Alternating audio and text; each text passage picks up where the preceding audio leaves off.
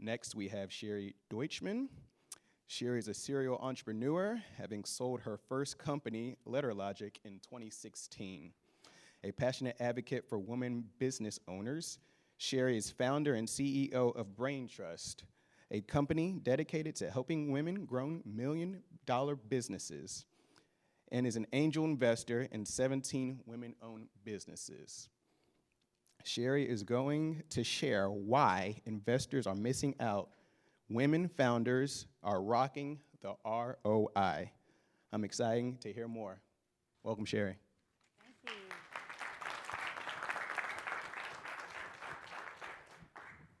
I just accosted Chris back there and said, please stay. I need for you to hear this message. So thank you for being here this morning. I want to take you with me back to 2004 as I'm walking off an elevator and toward my first ever meeting with a VC. Now, mind you, I didn't know what a VC was. I only knew that behind that door was a man who might invest in my company. I was not as terrified as I should have been had I known what I was going into. But I want to tell you who I was at that moment so you get a clear picture. I was 44 years old, and if you're thinking that's too old to be starting a company, you're dead wrong. I was a mom, a single mom, and actually my daughter had just given birth, so I was a single grandma standing there. I had moved to Nashville 15 years prior thinking I was going to be a star, but I found out pretty quickly that I did not bring any talent with me. I also brought no money. I had no skills. In fact, the only work I had done up to that point was a receptionist for my father's plumbing company. And I also had a route where I proudly cleaned gas station restrooms. That's how I made a living. I had only a high school diploma. I had nothing. And the first couple of years in Nashville were just brutal. As a single mom, there were times when I could afford daycare or the light bill, but not both. And so often my daughter and I did not have electricity because I couldn't afford it. So we would go 7 or 8 days until my next paycheck and scrape together enough money to pay the bill. There were hard times. But fortunately, I had something that was an asset that I didn't even know was an asset. I was raised as one of Jehovah's Witnesses. And so from this age, I learned how to knock on doors and to handle rejection and be able to go right back to the next door and talk to everybody. And that was a really good proving ground for a career in sales. And I did well in sales. And so before too long, I owned a home, had a nice car, started saving money, putting money in my 401k, and I was VP of sales for a company in the healthcare revenue cycle space that was already having problems, and then we were acquired. And after the acquisition, everything that could go wrong went wrong. And so I spent my time, instead of selling, I spent my time groveling to customers to keep their business with us. And I became what I consider to be a professional apologist. And so I just had an epiphany one day. Oh my gosh, like most of our problems are simple human error caused by carelessness. And the carelessness is simply that. My coworkers don't care. But the epiphany was they didn't care because nobody cared about them. And they knew it. They felt it. And so I ran to my boss to say, hey, boss, I think if we could do these things to improve morale, we can improve employee engagement, and we could fix our results. You know what he did? Instead of thanking me for caring about his company, he patted my hand. And he said, Sherry, you don't know anything about business. Why don't you just go out there and sell something? Can you imagine how discouraged I was and angry? Okay, he wasn't wrong. I didn't know anything about business. I had only this high school diploma from Newland, North Carolina. I had never taken a business course. I'd had no leadership training, but I knew human nature. And I knew that people would work harder if they felt respected. And I also knew that I didn't want to spend my whole career apologizing. So I took his advice, and I just went back out and sold something. Except this time, I didn't sell it for his company. I sold it for mine. I walked out the door that day and never walked back into that door again. I set up shop in my basement competing with him. So I had a week-long yard sale, sold all my belongings. I cashed in my 401k, and I set up shop right next to my washer and dryer competing with him, knowing that I wanted to build a company nothing like his.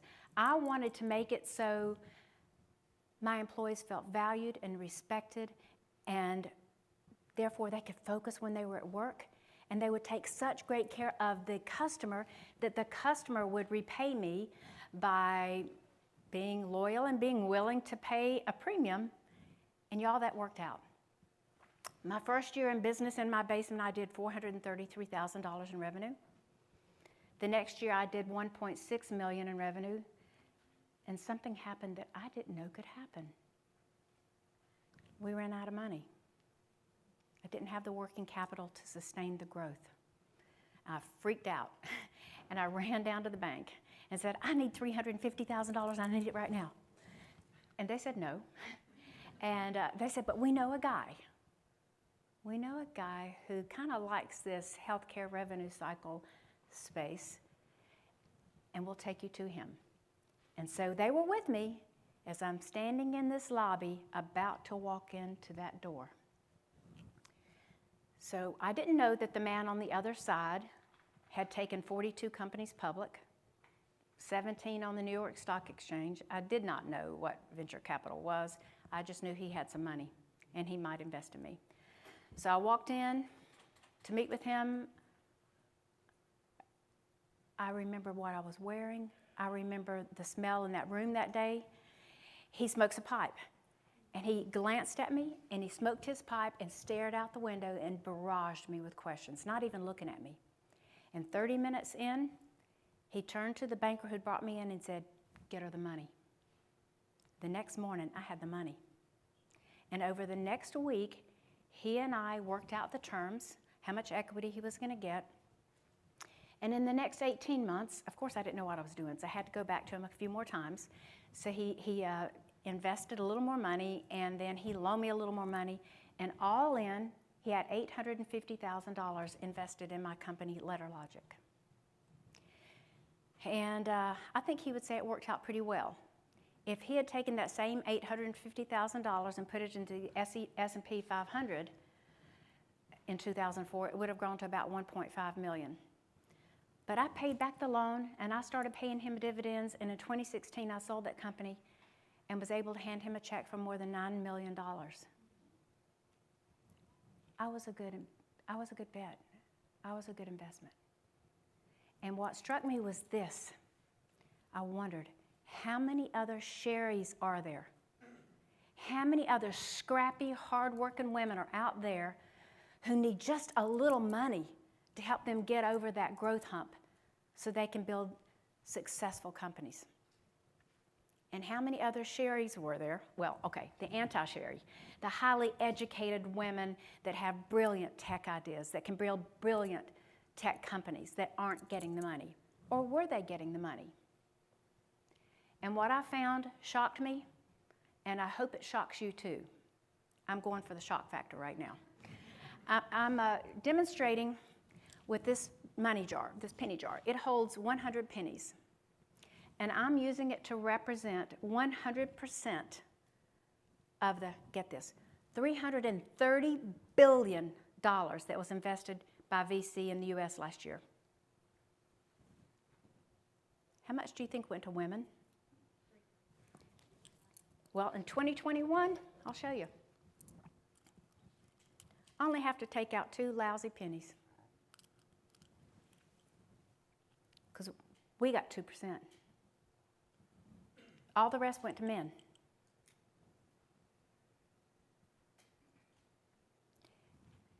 You should be asking the question that I was asking then, why? Is it because women aren't building companies that have a good ROI? No. Is it because women just aren't starting companies? No. What I wanted to do today was just barrage you with like 500 slides of just all the data, and I'm not going to do that. I'm going to give you 3 data points that I hope haunt you, and that all you investors, I'm talking to you, Chris, in the VC world, I hope all of you hear me. I'm going to share the data with you directly. The Kauffman Foundation, a pretty reliable source, wouldn't you say? They said that women founders have a 35% greater ROI than male founders. First Round Capital, that's the company that was the first money behind Warby Parker and Uber and Blue Apron. They say that women outperform men 63%. And remember, we're still just getting 2%. And then Boston Consulting Group, they did a study. They followed a group of VCs and their investments over a 5-year period. And what they found was at the end of that 5-year period, the women had 10% greater revenue than the men. But get this, the women got less than half the investment and still produced more than 10% greater revenue. And then Boston Consulting Group said that if those VCs had equally invested in men and women, equally, I'm not saying take the money away from men, just equally invest in men and women, that just that one group would have created $85 million more in profit. They left $85 million on the table because they weren't investing equally in women. So if you are a woman, or if you were born from a woman, how can you unhear what I just shared with you? How can you unsee this penny jar and the inequality? I hope you don't. I hope you take action. I am. The first thing I did was start investing in women. So to date, it's actually 18 companies, women-led companies, that I am investing in.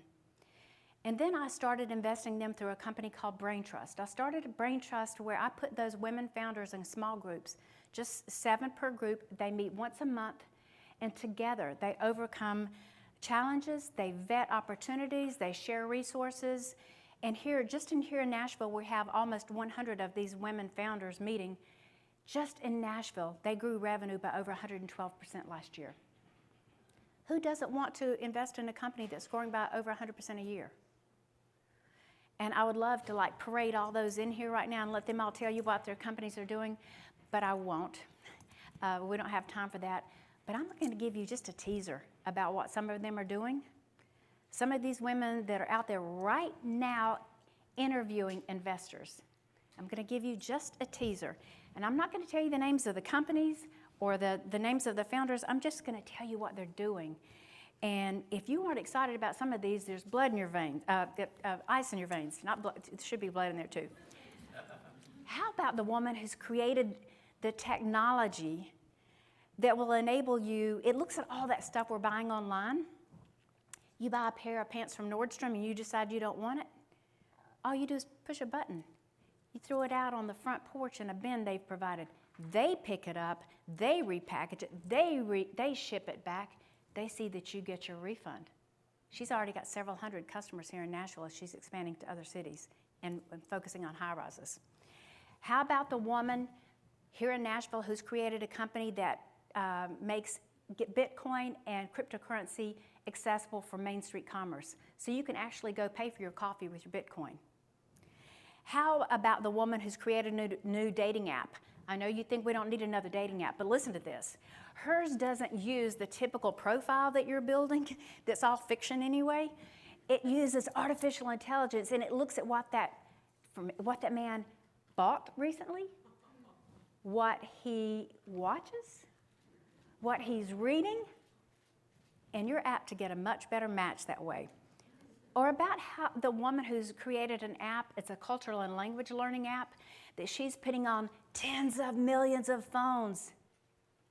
How about the woman who's using shipping containers to build beautiful, affordable housing in blighted and underrepresented neighborhoods? Or how about any one of these 5 healthcare tech companies? A woman who is using technology to help women become mommies with her fertility app. Or a woman who's eliminating the stigma of mental health problems. Or the woman who has built an app to help call center employees have better enunciation, which enables us to have better communication with our clients. Or the woman who's tackling neurodiversity, an ever-growing problem in families of children on the spectrum, dealing with the issues of autism. Or the woman who is tackling a problem that I see is a huge problem, anxiety amongst our teenagers and adolescents. There are women in this town building this technology and these incredible companies. Did you notice like a thread between especially those last ones? They're not just building incredibly investable, successful companies, they're tackling the world's problems. Yeah, the ROI is going to be there. Whoever invests in them is going to make a fortune. But the ROI for us as human beings in building incredible, healthy society is even more impactful. So I hope that you will think strongly about investing in women, because if you don't, you're just missing the boat. If you're interested in any of the companies that I mentioned today, you know where to find me. Thank you.